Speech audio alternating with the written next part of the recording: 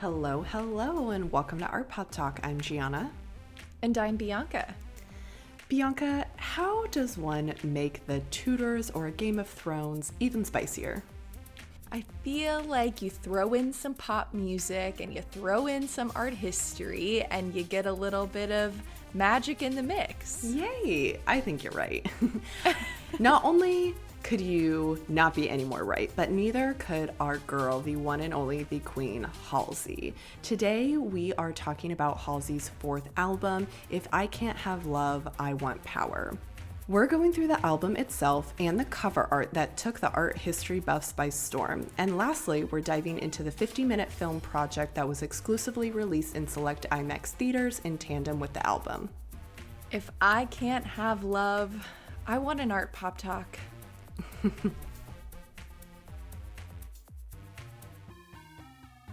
Hello, everybody. Hello, sister. Hello, beautiful sister. Beautiful sister. You do look so beautiful today. How are you? I do not look beautiful today. You do. This is my haven't left the apartment look this morning, but I like it. Your face is so dewy.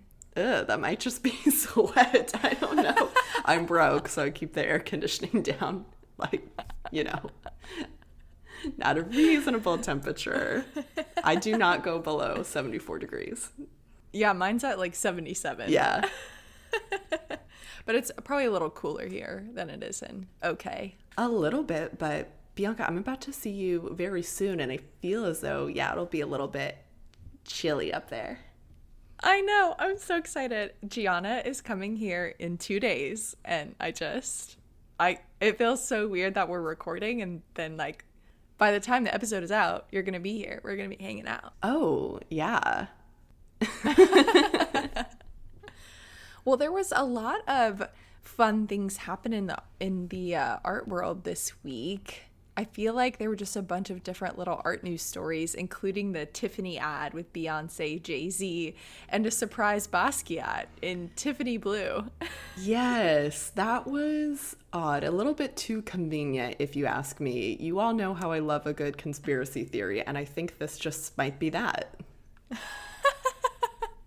Diet Prada had a pretty good post about it, and on Instagram we were talking to Culture Quota a little bit about it too. There were lots of new music also lately. I know we're going to get into it with Halsey today, but there was also the new Lorde album. Gianna, I don't know if you listened to that. And then of course Kanye's album that came out, and the whole shebang that unfolded over the weekend with his new album. I have actually not heard that much about Kanye's album, if I'm being honest. Oh, the really? only thing that I've heard about Kanye is that he's trying to legally change his name to Ye. To Ye, Gianna. Oh, fuck. Oh, yeah. But either one, why? You can tell Gianna is not a Ye fan. I'm not a Ye fan. Ye. Oh my god, that was so funny. Oh. Yeah, well, Kim showed up in a wedding dress, and he had a lot of really problematic people. Yes. Oh. Wait, that was real. What do you mean? I don't know. I thought that was a fever dream I had. Oh my god. Okay, so too much happening with ladies in pop culture this week. It just meshes all together. Wow, I totally let everybody down with that commentary. I'm not going to cut any of that. I'm going to leave it all in. That's fine. It's raw. I don't know. I really didn't think that was real, or I thought it was a flashback. Okay. We can talk about it later. Well, I was not watching that. I was watching the Bob Ross documentary on Netflix. Oh my gosh. We have two very different forms of media intake. Oh no, not only was I watching the Bob Ross documentary, but then I was watching a Lincoln documentary with Theben. Oh my god. Of course. That makes sense. That's what we did over the weekend. So yeah. There was a lot of intake this past week, and therefore I just couldn't keep up with it all. I haven't listened to Lord's album, but I did watch Anthony Mason's little cultural special interview with her, and it was a good interview. So I will have to listen to that, but I will have much time to listen to things and catch up on the, celebrity goss on the plane and in the airport. Totally. While I think everybody is in love with me while I'm at the airport because of my God complex. So yeah, for sure. Okay. Well, we really had to kind of go through what we wanted to talk about for art news today, but I am excited about the segment. Should we get into it? Yes, I am so intrigued. All right. So for today's art news,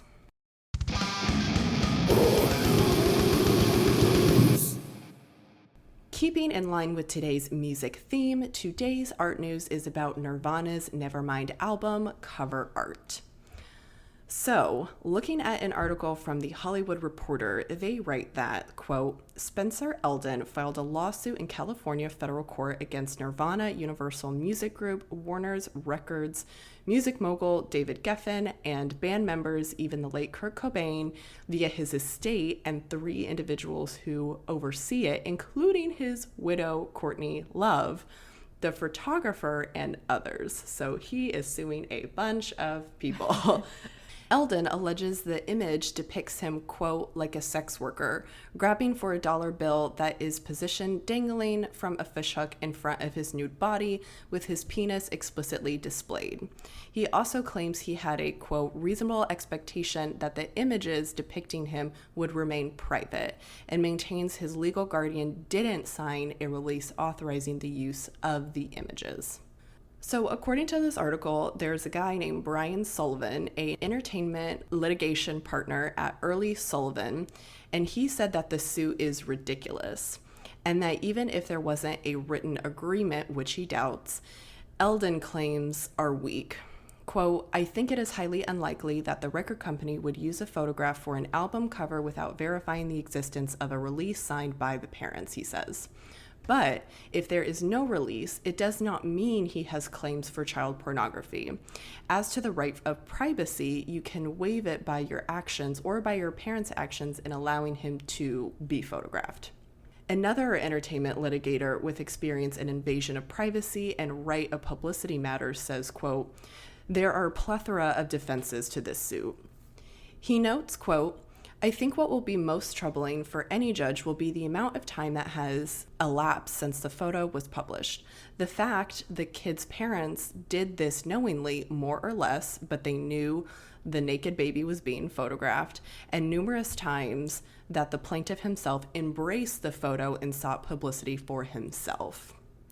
So, Bianca, because this is a legal art issue, let's channel our inner Elle Woods and discuss. Why now? Why this album? We have talked about the use of pornography or sexually explicit images in art and, on the podcast, but this is different because what we are looking at isn't a sexually explicit image, as the article suggests, to a normal person. However, what it sounds like, what we will be questioning the most is just the issue of privacy. Yeah, I was reading a bunch of different articles about this case, and every single article seems to focus on a different interesting characteristic of what's happening here. So I guess kind of the overarching question that I had after reading more about it was, in the age of social media, I mean, do any of us have complete control over our own image? And as we've talked about before, I think in our Art and the Internet episode where we talked about TikTok, when you agreed to sign up on some of those social media apps, you click that little terms and conditions button, then you, in a lot of times, in a lot of circumstances, are giving away all of your rights to anything that you have posted on the site. So this is obviously different because when Eldon was photographed, it was not necessarily in the age of social media, but clearly this is a really iconic album. It definitely has an online presence, different kinds of followings on the internet. Its visual presence has grown over the years, clearly. So that was just an interesting question. Like, do any of us have control over our own image? But what I thought was also really interesting is that Eldon, like you said, Gianna, participated in that spread of his own image in association with the cover. So there's an article that read, quote, "In the decades that followed, Mr. Eldon appeared to celebrate his part in the classic cover, recreating the moment for the album's 10th, 17th, 20th, and 25th anniversaries, though he's not naked." But he's posted these images on his social media account, associating himself with the album cover, kind of recreating it in the water as well. So it's interesting to me that in this example in particular, there's 4 instances that we've seen of him in relative recent years kind of recreating.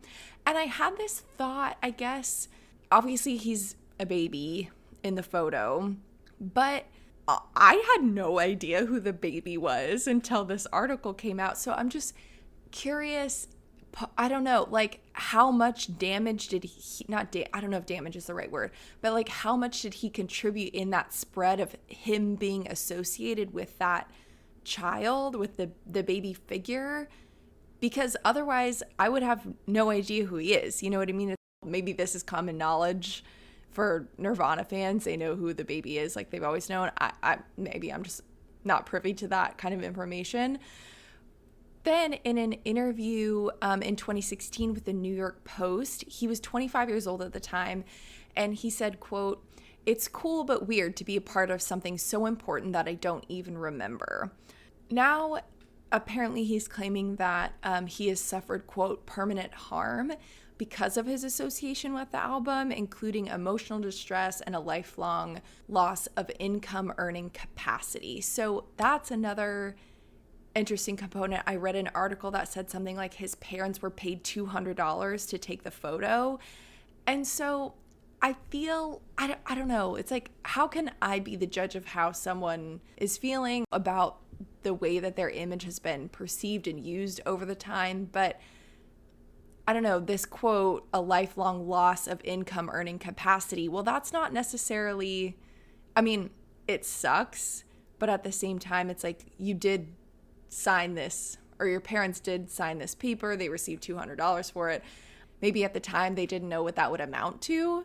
And I think there's definitely an issue of kind of I think corporations and industry taking advantage of people in that way, but at the same time they also did sign those rights away. And it's I hate saying this, but it's, I don't know if I feel like it's kind of like a sorry about you situation.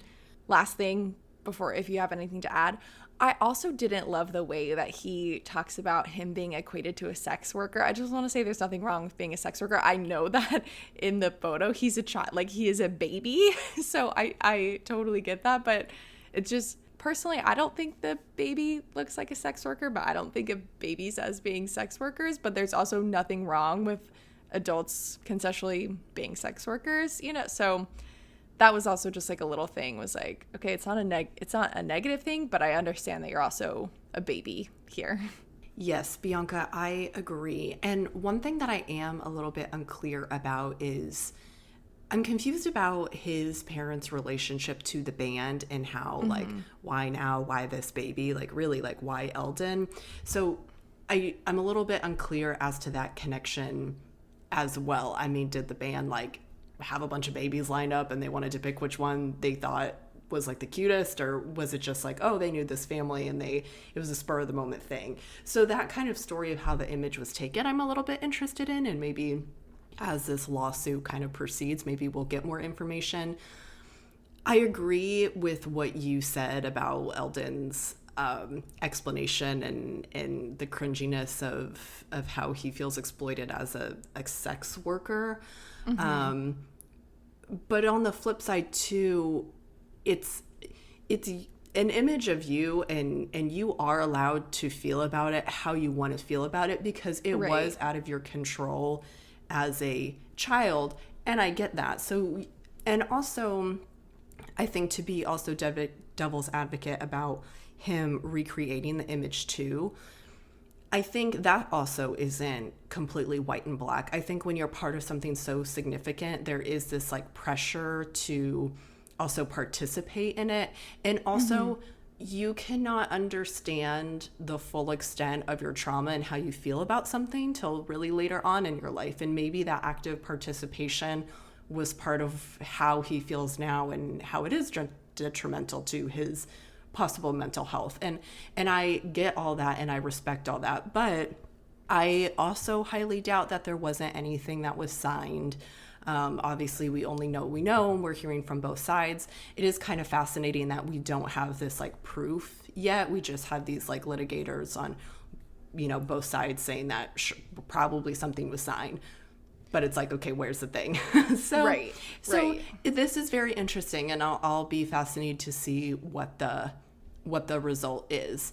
But I agree with a lot of what you said. I think he is allowed to feel about it how he wants to feel about it. But I think it is a little bit sorry about, like there are a lot of opportunities where people, sell their image or sell a work of art or something for an amount of money. And then that has a net growth income in the future. And I'm sorry that your parents didn't maybe put that into their contract, but I don't know. Right. Yeah. I definitely feel like there's a sense of exploitation where the big guy on top can just offer a minuscule amount to someone. Sure. And it's just they're not necessarily divulging the extent of that information. I'm not doubting that happens in many cases, but this will be, interesting to see what the verdict of this case is, how that actually affects artwork and photographers moving forward. I mean, what's going to start happening to photography contracts? And I don't doubt that those have been significantly complicated in the age of kind of surveillance and social media and things like that. And this is an example that got me thinking about larger topics. I remember this one time, there was a really good NPR episode that I was listening to about, I believe it was David Bowie, and how he was kind of groundbreaking in the ways in which he established his contract to make sure that he had monetization of his artwork long term. So instead of getting a lump sum of money up front, he chose to get like smaller payments for the indefinite future, and how that kind of paved a lot of the way artists do financing and monetization of their own artwork. So that could even open up a larger conversation for us. But this was definitely a very interesting art news story. Yeah, for sure. Yeah. Well, I think we should take a little break. And when we get back, we're going to be talking about Halsey's new album.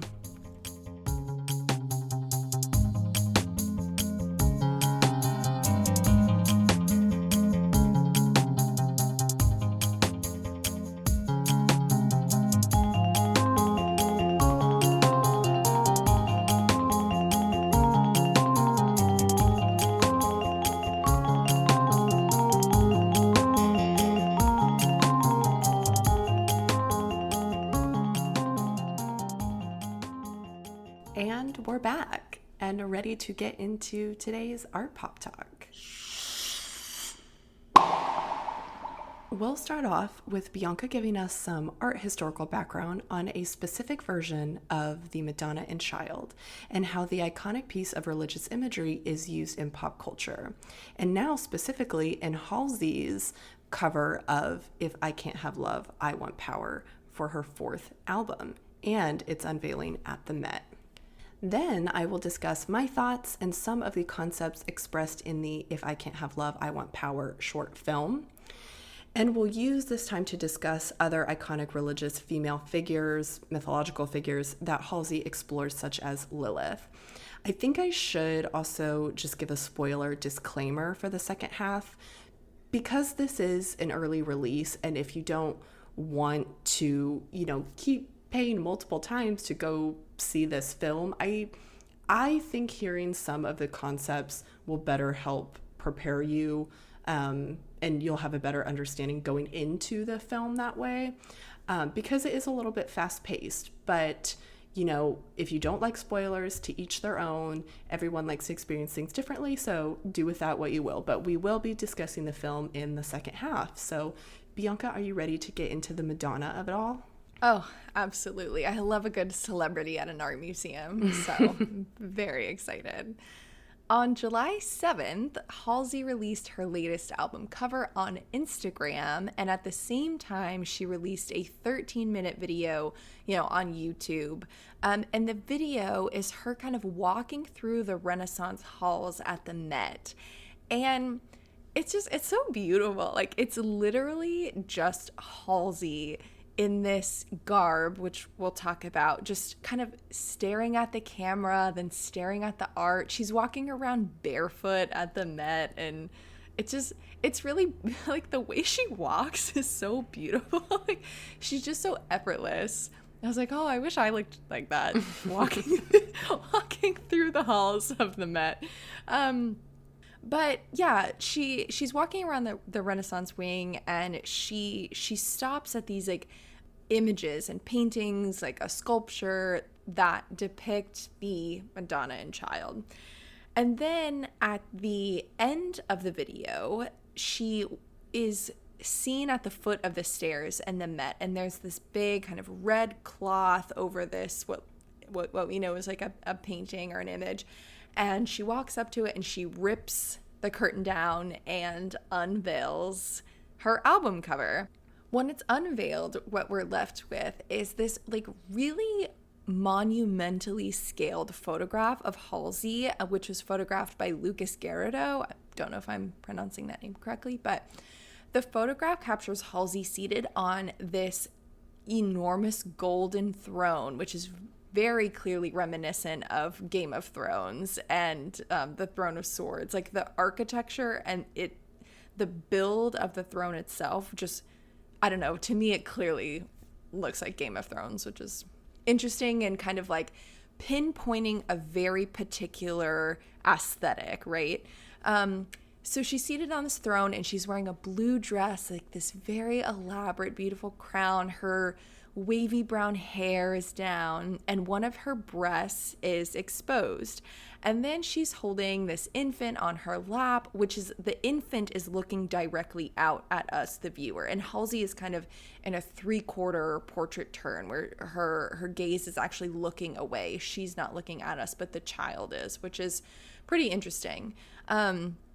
It's also interesting to see this infant who is not hers, right? So as we'll get to that, like throughout the video where she's walking through the Met, Halsey is actually pregnant herself, and then Gianna will talk about that later on in the video as well. Clearly this is reminiscent of depictions of the Virgin Mary, and it's made even more explicit when you watch her walk through the Met and kind of like make all these different stops, and then to have that unveiling. We've talked about this quite a bit, but something falling into that lineage, like there's contemporary artists who are inserting themselves into that line. So I think what Halsey is doing here and what she did with the video is definitely make her mark as this kind of virgin-esque contemporary figure.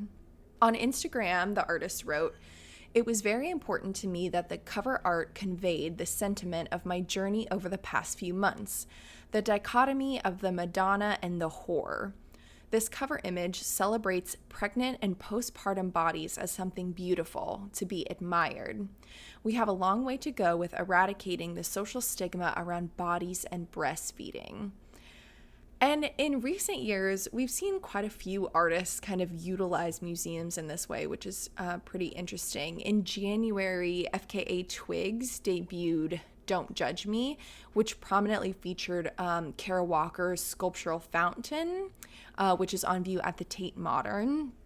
And then, of course, in 2018, we had Beyonce and Jay-Z do the Apeshit video at the Louvre, which is like such a stunning video. But before we recorded, Gianna and I were also just talking about Cardi B in the Rumors music video and how just amazing it is to actually see a pregnant body be celebrated in that way and be put on such a display in that way. On Instagram, Halsey also noted that, quote, "The idea that me as a sexual being and my body as a vessel and gift to my child are two concepts that can coexist peacefully and powerfully." Halsey's look throughout the Met Gala was designed by Schiaparelli, and I read an article that wrote, quote, The look successfully symbolized the notion that women maintain full control of both their pride in their style and the strength in their presence while they embrace motherhood. So I wanted to talk about her look in the Met video in particular because I think it's pretty noteworthy that in most of the depictions of Madonna as we know them art historically, but also particularly in the ones that she stops in the video, that she stops at in the video, Madonna is most often shown in red and blue.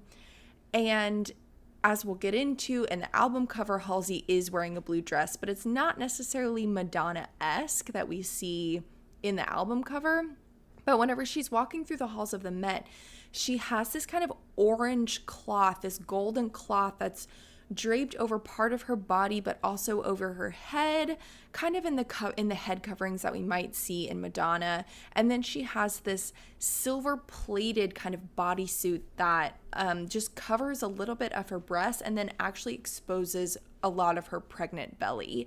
So I thought this was an interesting way for Halsey to walk through the space because she's associating herself with Madonna and Child. Clearly she is exhibiting her body as a body that is with child, but instead of reckoning with the idea of divine light, in many Renaissance paintings what we actually see is a ray of light that is meant to symbolize the Virgin Mary being impregnated by the light of God. That's how visually that idea of conception is rendered.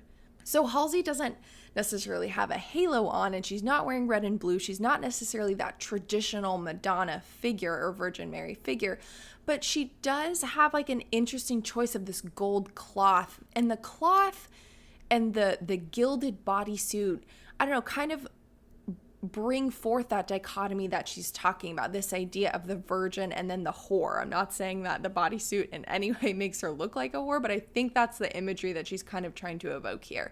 And then that golden cloth, for me, kind of takes the place of a halo in a way. I think that the gold does play on that idea of the divine light, but it is draped over her head. So instead of being in red and blue, she has this kind of divine or heavenly or godly like golden fabric that's covering her head as she walks through the gallery space. The cover art of Halsey's album very strikingly resembles a piece called Virgin and Child Surrounded by Angels by Jean Fouquet, and this is known as the Melon Diptych. This Madonna is seated on a throne. It is very detailed. It clearly has like a sense of jewels or pearls on the throne. It's definitely not as probably elaborate as Halsey's is, but it is very detailed and it is golden as well. And then we see a very like statuesque, very stone colored, kind of marble colored image of a Madonna figure with theoretically the Christ child being seated on her knee. She is wearing a blue dress that is absolutely relatable to Halsey's. Even the cut of the bodice is fitted in this kind of like square shape that leaves one breast exposed. So this is shown in Halsey's album cover as well as this rendition of the Madonna. This image actually isn't in the collection of the Met, but it is at the Royal Museum of Fine Arts in Antwerp.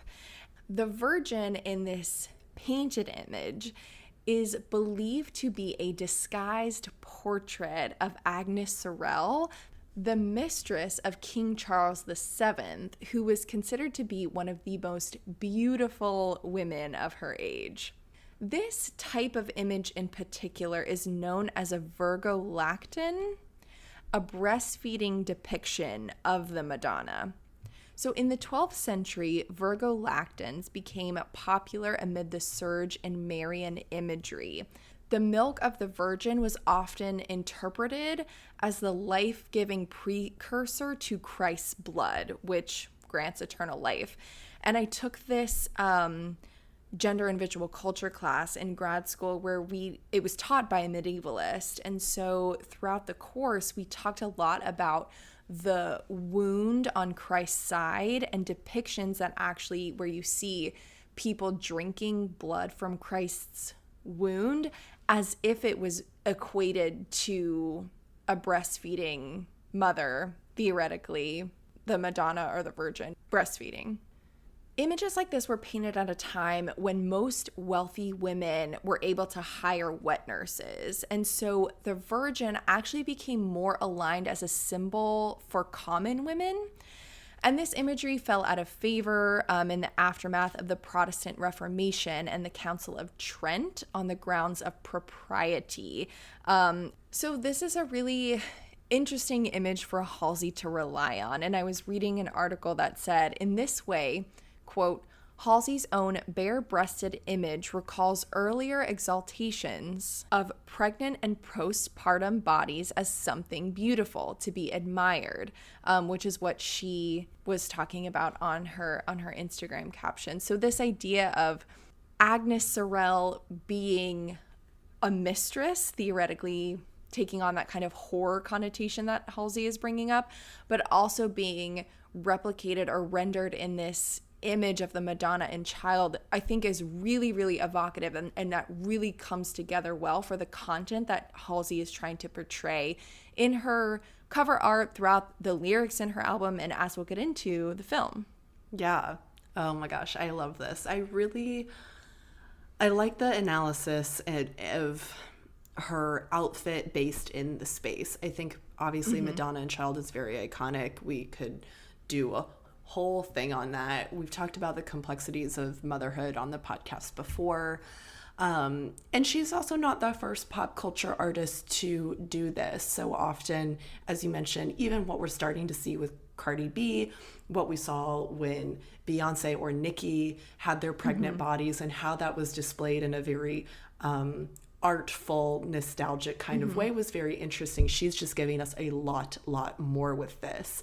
I also think, as you mentioned, her direct inspiration and the creative crew, you could say, is direct inspiration to other kind of significant pop culture movements, such as these fictitious fantasy-like othered spaces where they're medieval-esque, but they're fake. And I'll get into that a little bit in the video too. So nostalgia is such a huge thing that she's playing into, and it really comes through in the film. The last thing that I'll say too, in just your example of the Virgin and the Christ Child, you mentioned the sculptural and the roundness of their bodies. When Bianca and I first saw the album cover released from Halsey, and the way that their body is just perfectly portrayed, like the roundness of her form and the stillness of the Christ Child, allegedly, it was just so minute and so perfect, and it just floored us. And there's going to be another example of this that I'll bring up in the film as well, where it's just something about it that's so subtle that it pops up in your brain. And even if you don't have a direct example to gravitate to in your head, you know that like sculptural stillness nature, the posture of that figure, it means something. And I think that's something really incredible that Halsey and her creative crew really did a fantastic job with. Yeah, definitely. So we're going to take a little break, and when we get back, we'll be discussing the If I Can't Have Love, I Want Power film.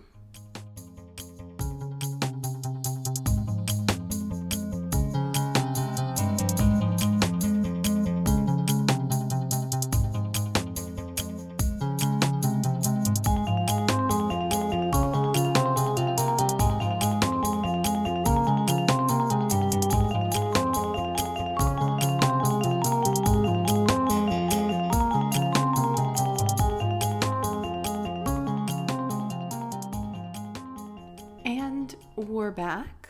Welcome back, everybody. I again hope that most of you have stayed for this segment of today's episode, But before we get into the film, Bianca, I just want to know which songs were your favorite on the album so far, and I guess just your general hot takes. Even though Bianca didn't see the film, I was able to go watch it. They were showing it in select theaters in Tulsa. I'd still like this part of the segment to just be open-ended too. So tell me which ones were your favorite. Yeah, well, I was able to watch as many kind of clips and videos of the film as possible. Like, I watched the trailer. There's, I think, an overall video for I'm Not a Woman, I'm a God, and I think it takes clips from the film. So I could get like a pretty good sense of, even in that like 3-minute video, get a good sense of the storyline and the aesthetic that she's portraying. Just to preface this, I'm not like the biggest Halsey fan. Like, I definitely really like her. I enjoy like her hits on the radio, and I love that she's that type of celebrity that's like, you know, really engaged. I think she's a fun celebrity to look out for, but I've never really consistently listened to a ton of her albums in full.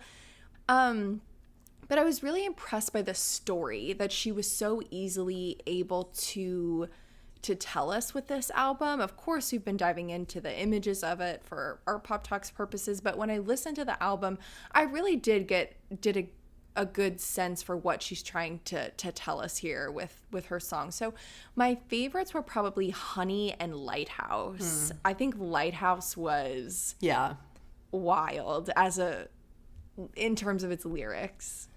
Yeah, I agree. Those were both really good.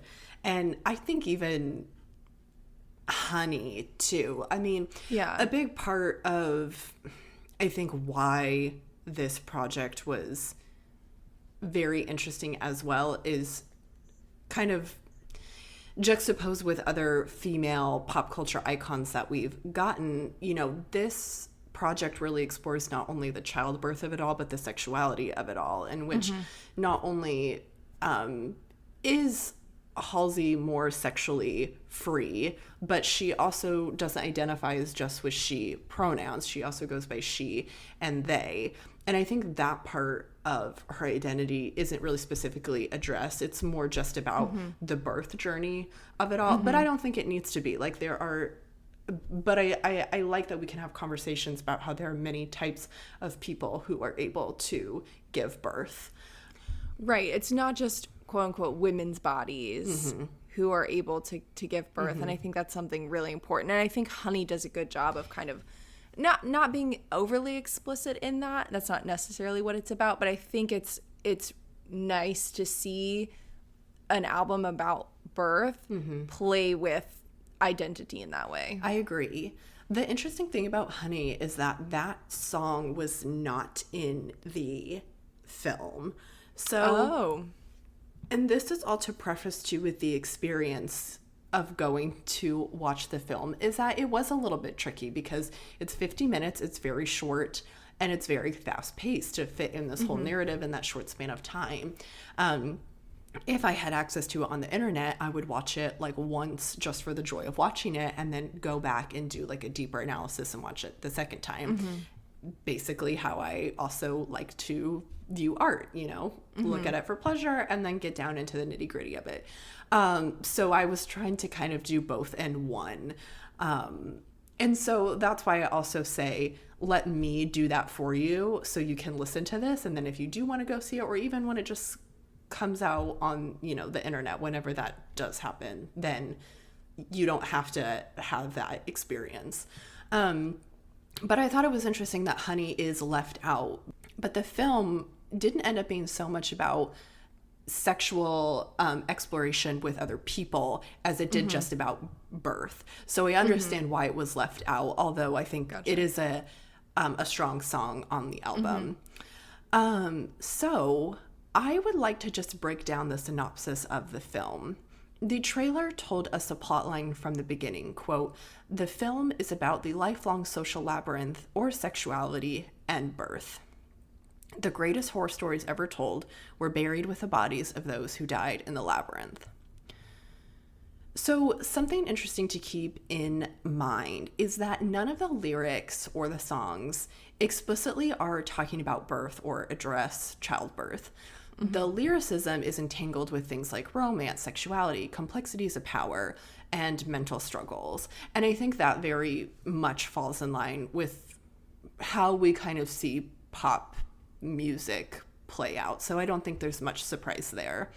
I also think it, just allows the listener to also connect to it in different ways as well. But If I Can't Have Love, I Want Power is just about an hour-long film experience set to the music of Halsey's fourth album, which introduces a young pregnant woman, Lila, as she wrestles with the manipulative chokehold of love to ultimately discover that the ability to create life and end it unlocks the paranormal power within her.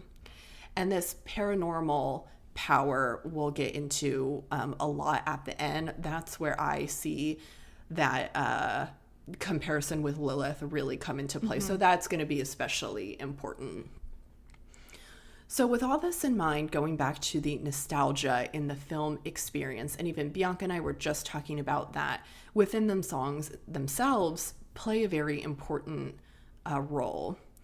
Bianca even introduced this conversation with the art historical nostalgia, but just taking it for also its place in music and pop culture history was interesting.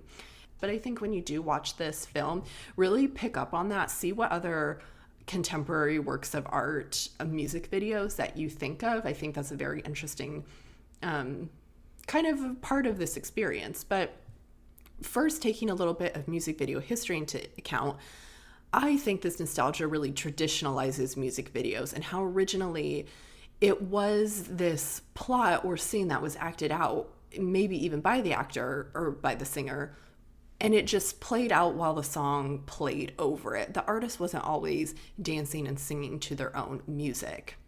And then with music videos in the 1980s, we get the really pivotal moment with Michael Jackson's Thriller come out, which was this huge, big production, which really paved the way for these big budget $1 million music video productions to come out. And to this day, Thriller is still one of the most expensive music video productions put on. And even just with that one song, Thriller, that music video was 14 minutes long. And now we have this whole album spanning just 50 minutes. So, and we also got that with Lemonade too. And it's interesting to see all of the film album adaptations that are coming out. So it's not even just about a music video anymore. It's about these kind of feature length films that work together. Exactly. So I think Halsey's film is like a splice of the two. She's the one acting out this plot, but it's not just one song. It's again this whole album. And kind of like Bianca's examples, but you can think of recent film projects that even we've just gotten in the past year or so, like Black is King.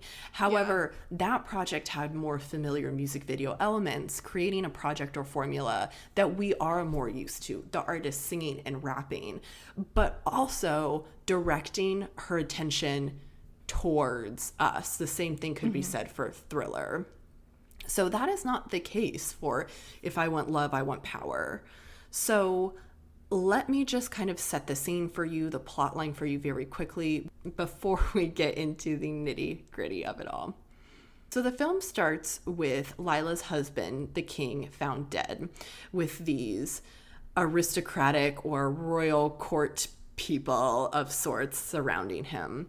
Halsey, the queen, walks in, and based on all the immediate eye glares that she gets, she's already being accused of killing him.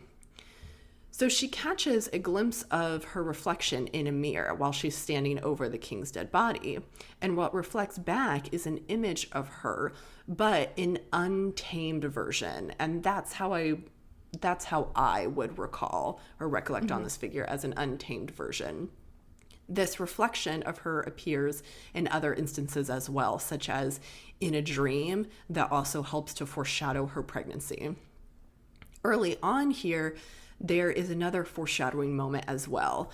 If you do go on YouTube and if you watch the music video that is out of I Am Not a Woman, I'm a God, as Bianca suggested, they basically tease you with clips from the film in this little short video. So if you watch that little clip, you can see that she is looking out on her balcony at something.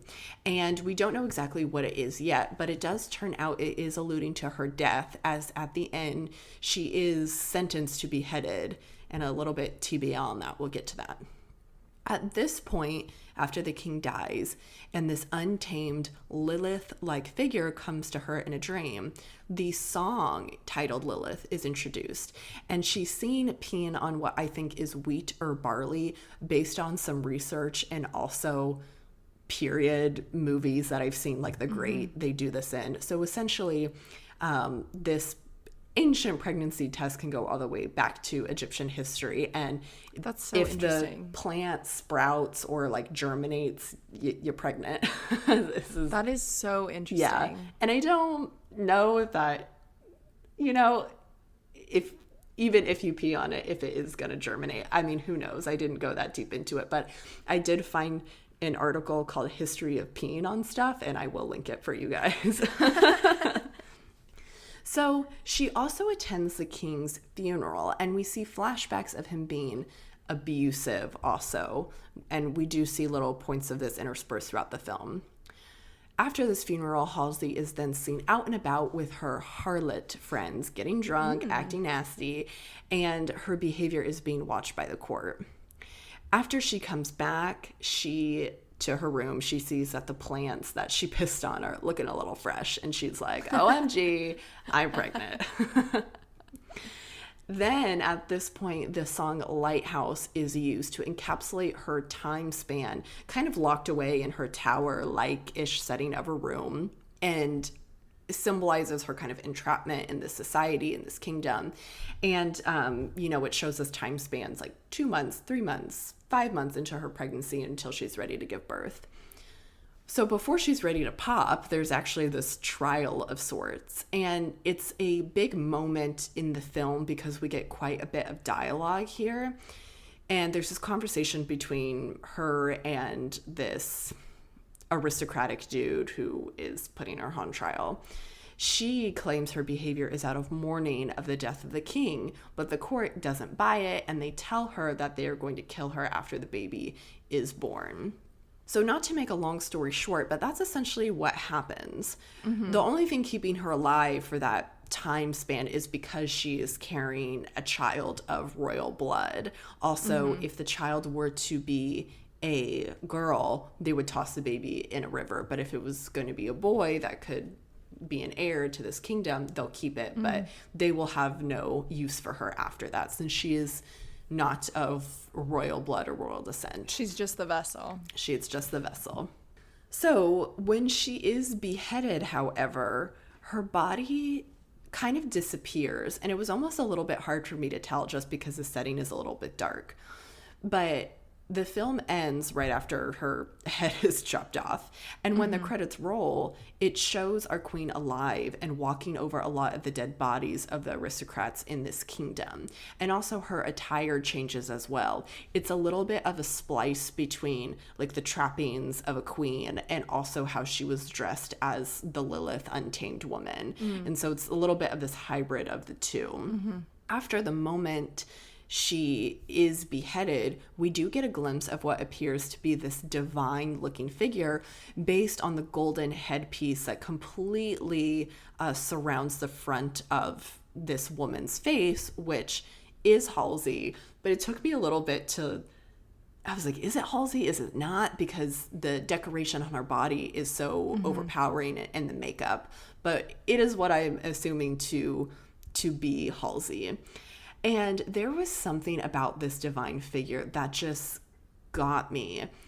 Obviously, the golden headpiece framing the front of her face was very obvious in the sense that it is some halo. This is a divine. Also, it showing up the moment after she died kind of helps bridges the gap between her body disappearing and now this figure showing up.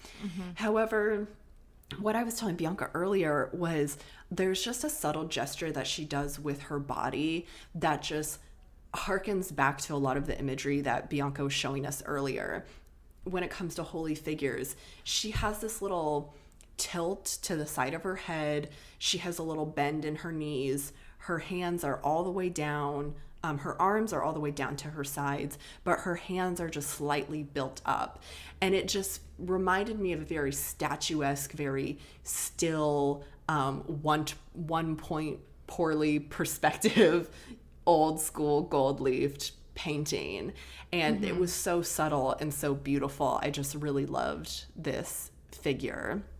But I think it's so interesting that you like, because she is so successfully pinpointing all of this like really amazing art historical iconography with that like 2-second subtle gesture, you're able to pick up on this idea that she is like creating herself as this kind of saintly figure. Yeah. So that really, that kind of ending and that little glimpse of that character really kind of turned it around for me. I was like, that was very clever and very subtle, and wrapped it up in such an interesting way with all of the religious iconography that we're getting, and also comparatively to the childbirthing of it all. That also brought in this other aspect of not only is she creating life, she's taking life away, but it's this regeneration for her own body and her soul, if you know, however you want to you know, put a metaphor to it, or however you process it. But so that was a lot to kind of go through, but since a lot of you have not probably had the opportunity to see it, I think it was important to give you guys a little bit of a plot line before we discuss a figure that I'm very, very interested in and very passionate about, Lilith. So who is Lilith? Why now? Why this untamed woman? Let's get into it. Why this Lilith? Why this Lilith? So Lilith is kind of a controversial figure, even within Jewish folklore, and that's kind of where we see her primarily come up. Lilith's name is not included in the creation story of the Torah, but her name does appear in several midrash, and midrash is an ancient commentary of Hebrew scriptures, essentially. Her symbolism, her history, and the literature are debated amongst Jewish scholars, feminists, and other intellectuals. There are multiple origin stories and mythologies for Lilith, but the most popular, maybe history or story told, views Lilith actually as the first wife of Adam, and this is before Eve. So why would Lilith be this symbol and an icon that Halsey would embody in the film? It's because she is this historical power symbol, and her story of the untamed woman has been reclaimed by feminists and artists constantly. The darker aspect of life, birth, and regeneration is also very major common themes that a lot of feminist artists used. But that, paired with the horrors of childbirth, really pairs very well with Lilith's mythology and why it works so well for if I can't have love, I want power. So I'm going to insert a little bit of story time here because I'm going to read a quick passage to help connect some of the dots between Lilith and Halsey's project. The open-ended nature of the Lilith symbol has allowed different groups to use her as a destructive female symbol or a symbol of female power. Many feminists see Lilith as not only the first woman, but the first independent woman created. In the creation story, she refuses to allow Adam to dominate her and flees the garden despite the consequences. In order to retain her freedom, she must give up her children, and in retaliation, she steals the seed of Adam. However, other stories portray Lilith as a demoness who kills children and takes advantage of men while they are sleeping. Other Jewish laws forbid the spilling of a man's seed with Lilith, which she takes advantage of this during masturbation and erotic dreams and uses it to replenish her own offspring. So there's a bunch of different mythologies and little stories about Lilith. She refuses to be dominated by Adam because they were built together from the same material, the same dirt, the same earth. And when she refuses to be submissive, she goes away. God sends 3 angels to try to convince her to come back to Eden. And when she doesn't, they don't just take her kids away from her, these angels actually kill her kids, and there's like a bunch of children. So basically it's kind of vendetta, vengefulness after that. And she steals Adam's seeds, and then it becomes this folklore where she presents herself to dreams of men and takes advantage of them and use it to replenish her own offspring time and time again. Mm-hmm. So the kind of darkness, I think, paired with that and the kind of reclamation of it all worked very well with Halsey. So not only the mythology of it all working very well, but specifically if we're pinpointing this aspect of Lilith and folklore appearing in a dream sequence, as I referred to that earlier foreshadowing moment where Halsey, dressed up as Lilith, comes to her in this dream, and it's a little bit creepy. This untamed woman comes and she actually sticks her hand in Halsey's belly, and that's probably one of the more like darker, kind of creepier scenes that we get. And then she wakes up, and you see tidbits of this scene in the I Am Not a Woman, I'm a God music video where she's bathing and she kind of goes on with her day. And the song played to that scene is Lilith. So we get this dream sequence, and then the next song that is played is Lilith. So that was very... I knew going into it when one of her songs was titled Lilith that I was going to be all about that. So yeah, that's maybe just a little bit of my bias and why I thought that was a fun kind of moment to pinpoint in today's episode, since we can't talk about the whole thing. But using Lilith, using Madonna, I think was very successful. Bianca, I'm very much like you in the sense that I think Halsey is an incredible person. And I did had to go a little bit into her discography and kind of look into her other, not only musical works of art, but visual works of art. And I think this followed along the same path of creating her own world, her own realm. This was just very, very much escalated. And it is exciting for her to get to this point, have a lot of creative backing from a lot of people that wanted to see this project and this moment for her come to fruition, which was very, very cool. I wasn't like, oh my God, this is the best thing I've ever seen in my entire life. Like, I'm going to pay money to go see it again in IMAX. Honestly, I could have done without having to pay like $15, $20 to go see it in an IMAX theater. But it was very interesting, and at the end of the day, I'm glad that I went to go see it, and I hope that you guys do take the time to watch it eventually. On behalf of myself and the Artpop Tarts, thank you for spending the $20 to talk about this film with us. It's really cool. And yeah, I took the album on a little run with me, and I really enjoyed listening to it. And of course, we love an art historical queen. Like, please keep bringing us all the art historical references. So I think that's the most enjoyable thing for me about this is like she's just doing it so well. I agree. And I really appreciate that. I agree. So. And I mean, really though, I did really like the album. I did really like the songs. There are some good bops on there. Very biased, but honestly, like, I really like the song Lilith a lot. That's probably my favorite. Yeah. Well, if you want us to keep spending money on visual albums, you can donate to our Buy Me a Coffee account. That link is in our link tree across our social media. It's on our website, artpoptalk.com.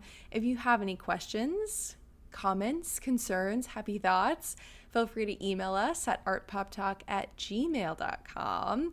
And we again want to let everybody know that Gianna will be flying out here this Wednesday. The fam is headed out to good old Pennsylvania for our cousin's wedding this Labor Day weekend. So in light of that, there will be no episode next Tuesday, that Labor Day week. But keep your eyes peeled because Gianna and I are going to be doing lots of new social media content. You'll get a lot of new stuff from us and from our sponsors at Hungry Harvest. So have a nice long weekend. Have a great holiday weekend. And we will talk to you in 2 Tuesdays. Bye, everyone. Bye. Artpop Talk's executive producers are me, Bianca Martucci-Fink. And me, Gianna Martucci-Fink. Music and sounds are by Josh Turner, and photography is by Adrian Turner. And our graphic designer is Sid Hammond.